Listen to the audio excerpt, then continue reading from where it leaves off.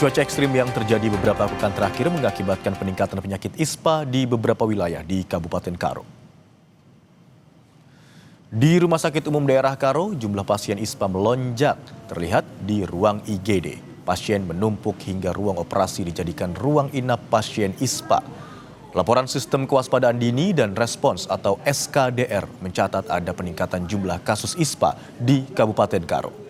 Pada minggu epidemiologi ke-12 tercatat ada 290 kasus, kemudian naik menjadi 583 kasus pada minggu ke-42 tahun 2025.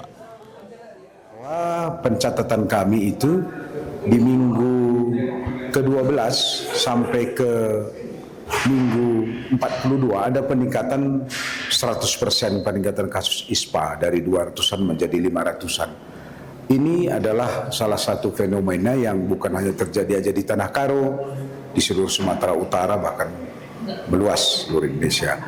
Persoalannya yang sudah kami buat adalah pertama, kami itu sudah membuat edaran ke seluruh fasilitas pelayanan kesehatan termasuk swasta dan pemerintah agar ini diantisipasi. Dalam sepekan terakhir, cuaca buruk melanda sejumlah daerah di Indonesia. Di Kabupaten Duga, Papua Pegunungan, 15 orang dilaporkan hilang akibat longsor dan banjir bandang.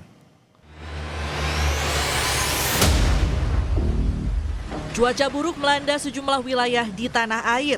Di Kecamatan Sanggala Utara, Tanah Toraja, Sulawesi Selatan, hujan deras disertai angin kencang membuat 15 lumbung dan 2 rumah warga porak-poranda. Kencangnya angin juga mengakibatkan sejumlah pohon tumbang dan menutup akses jalan. Jadi ada sekitar 15 dan ada rumah yang ada bangunan yang dikena pohon juga. Dan juga ada bangunan atapnya ditiup angin.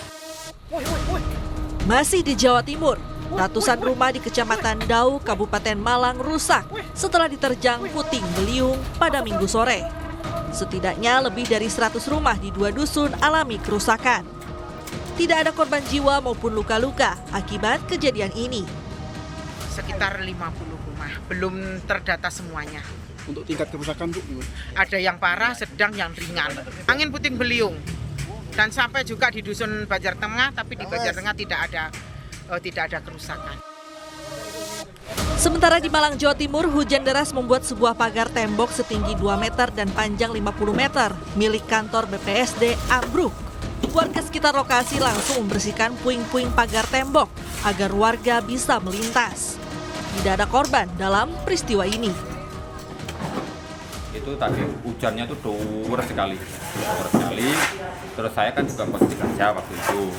Saya ada laporan ke warga bahwa ada kejadian tembok ambrol ya, roboh ini. Nah seperti itu. Jadi memang tiba-tiba memang. Jadi yes. Artinya ini dengan warga sama karyawan BPSDR kita langsung sigap untuk menanganinya ini. Di Kabupaten Duga, Papua Pegunungan, 15 orang dilaporkan hilang akibat longsor dan banjir bandang. Kejadian bermula saat 15 orang hendak menyeberangi Sungai Panpan dan tiba-tiba banjir menerjang. Tim SAR gabungan masih melakukan pencarian korban dan mendirikan posko tanggap darurat. Kepastian 12 orang dianyut oleh tali Panpan, sehingga kami hari ini sedang pencarian. Masyarakat lain ada sedang pencarian. Kami di sini butuh bantuan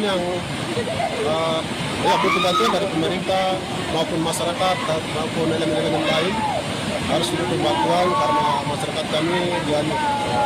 Jadi ini emergensi yang kami pesan. Tanah longsor juga terjadi di kawasan Ubud, Gianyar, Bali. Tembok serta sebagian bangunan gudang barang bekas milik Bank BRI cabang Ubud ambruk dan tergerus ke dasar sungai di sisi timur kantor cabang tersebut. Peristiwa terjadi saat hujan mengguyur wilayah Ubud. Tidak ada dokumen penting ataupun korban jiwa dalam kejadian ini. Tim Liputan Kompas TV.